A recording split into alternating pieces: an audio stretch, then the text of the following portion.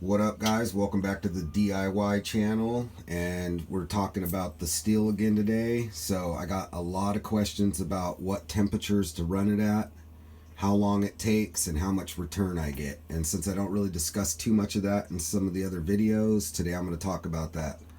But first of all, this is a standard size stainless steel crock pot.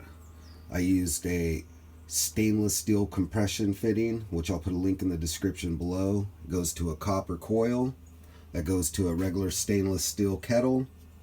It's got a ball valve on the handle, or coming out from a barbed connector to flex hose. It's got the ball valve so I can drain the water off without it going over the sides when I add cold water to it. It comes out the side. I put a collection jar up underneath it like that. It's been sealed with JB Weld. I'll put a link in the description for that as well, so that way you guys know which one to get. Everybody asks which one. There's like 3 varieties. Any of them will work, really. But it's much tougher than silicone and lasts a lot longer. And because this gets bent around, it'll keep you from breaking it. But basically, I just keep a fresh pot of cold water right there, and I just keep adding it to it. It drains down into this bucket. Once my bucket starts to get full, I ditch it, add some more, blah, blah, blah, as it runs.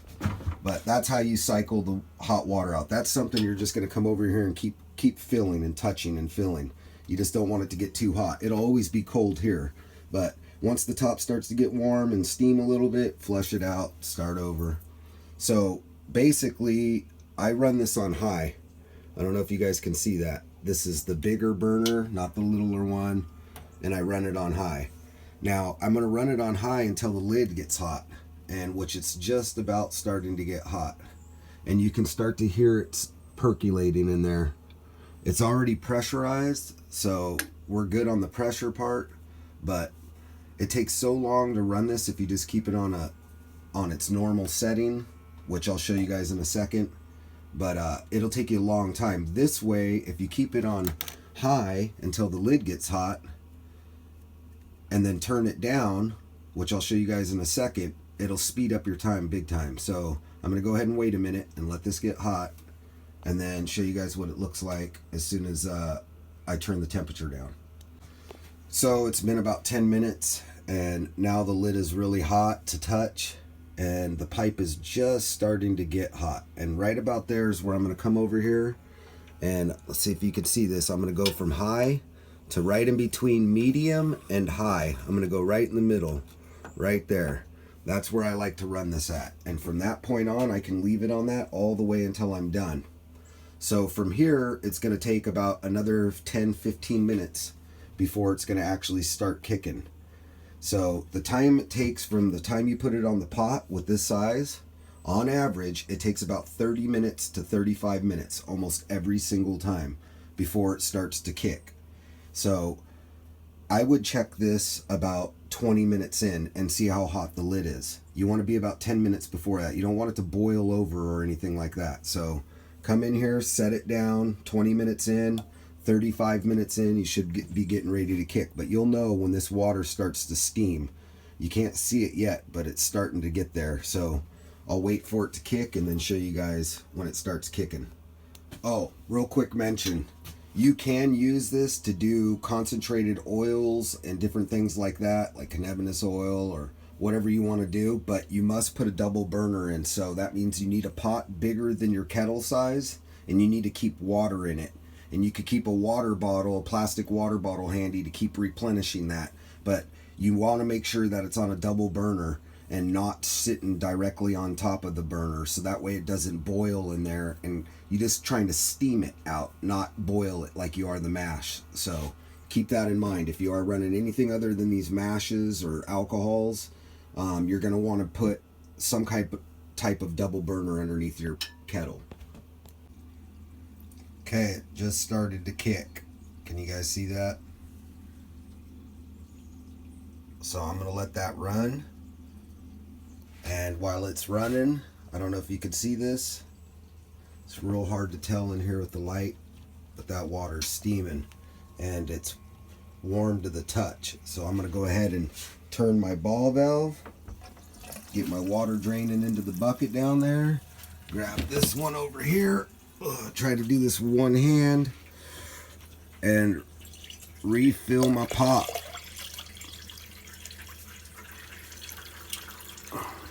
Just gonna pour it slow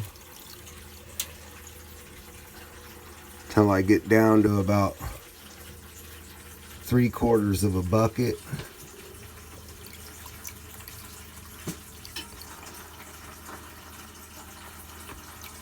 I'm gonna let that drain for a second and then shut it off right there. Top it off. Get it right to the very top. Done deal. Now I just refill my bucket, nice and cold. Gonna wait for this to get about a shot glass worth in it to get rid of all the methanol. Add the methanol to the jar, get my regular collection jar going, and start collecting my hearts. So we're just gonna let that get going, and I'll show you when we get to that point. All right, so we got our shot glass worth. If you tilt this jar, you can see there's a shot glass worth in there. Because this kettle pot is so small, there's not going to be that much methanol. So now you're just going to swap these bad boys out. Start collecting in that one. Take this one over here. This is what I'm going to use for my camp burner, so might as well use the methanol for it. Some homemade methanol for your camp burner. Then I'm just going to pour this bad boy out right here. Just like so. Try to get every drop, you know.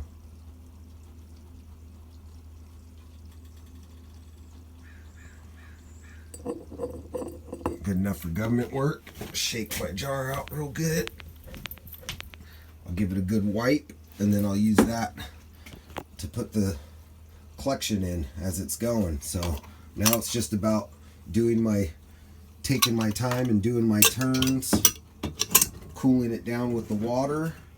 And from this point on, it's going to take about 35 more minutes, 40 minutes. So a total run time for this, almost every single time, is 1 hour and 30 minutes. By the time I'm get it on, turn it on, it starts to kick and then finishes the last drop of tells, it takes me about 1.5 hours. So I'll show you guys when I get done with this run, or actually we'll show you how much hearts we get, and then I'll show you how much tells I get, and then we'll go on to the total. So there's my hearts. I got about, I don't know, 400 milliliters or so, and it's super fire. This is really, really hot. So now I'm going to be collecting my tells, and then if this is too hot for people's liking, you can cut it down with your tells. Never use water. But I'm going to go ahead and see how much tells I get, and then we'll go from there. Oh, one more quick tip. If you guys do experience leaks, this setup never really leaks. Sometimes it might try to leak around the rubber seal. I just jiggle the handle or give it a little tweak back and forth, and it seals it every time.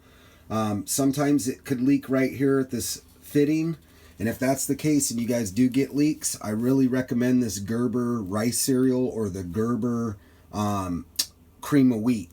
They're refined, super fine to a super fine powder. So when you mix it up with a little bit of water and you put it on there as your still starts to warm up, it'll dry it up like hard plaster, and it doesn't leak. But the smooth consistency really makes it great for filling in gaps, where if you try to use oatmeal or something else like that, it's got too thick of a consistency, too gritty, and it doesn't really want to seal that good. This Gerber rice cereal works really good.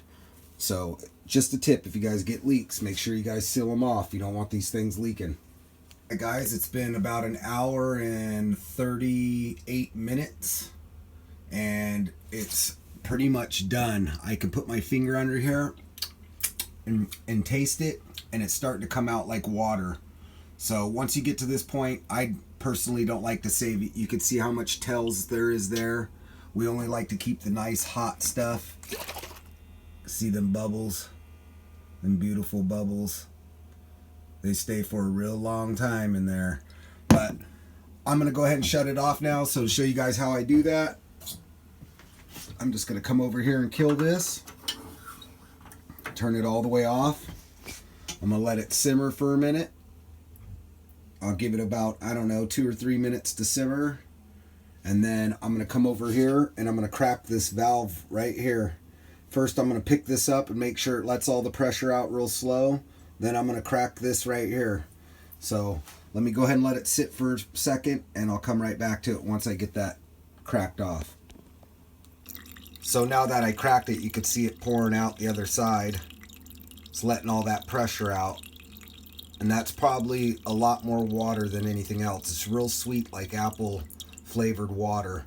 And that's what you'll use to cut your hearts. But so now that I got it broke free, all I'm going to do is pick this up. Careful because it's hot. Let me set this down. I got to set this camera down to move it over to the other side real fast. All right, got it moved over to the other side. A little tip or a trick, you guys could take this straw right here. It fits right up on the inside, and you can blow on it while you hold your jar over here like this and clear the line. So I'm going to go ahead and do that. It takes 2 hands to do that, so but that's just a little trick if you guys want to get it all out. All right, so there we go. That's our haul for today. That's where I'm going to cut this video out. You guys been hanging with me all day running the still, and I appreciate it. Be sure to go and hit that subscribe and like button. And if you guys want to see how I made this DIY still, be sure to check out the videos you guys are going to see at the end of this video here. I'll put a link for it, and it'll be the how to build a DIY still. I also got another one on how to clean it. I made another video on how to speed the still up from the original version by changing the copper line. So be sure to check those videos out. Like I said, everything will have a link in the description below for all the hard parts to get you can't find at your normal store. But other than that, I'm going to go dump my crock pot, get that old mash out, get everything cleaned, get this drained so it doesn't corrode anymore, and get everything picked up. Thank you for joining me, and we'll catch you guys on the next time. See ya.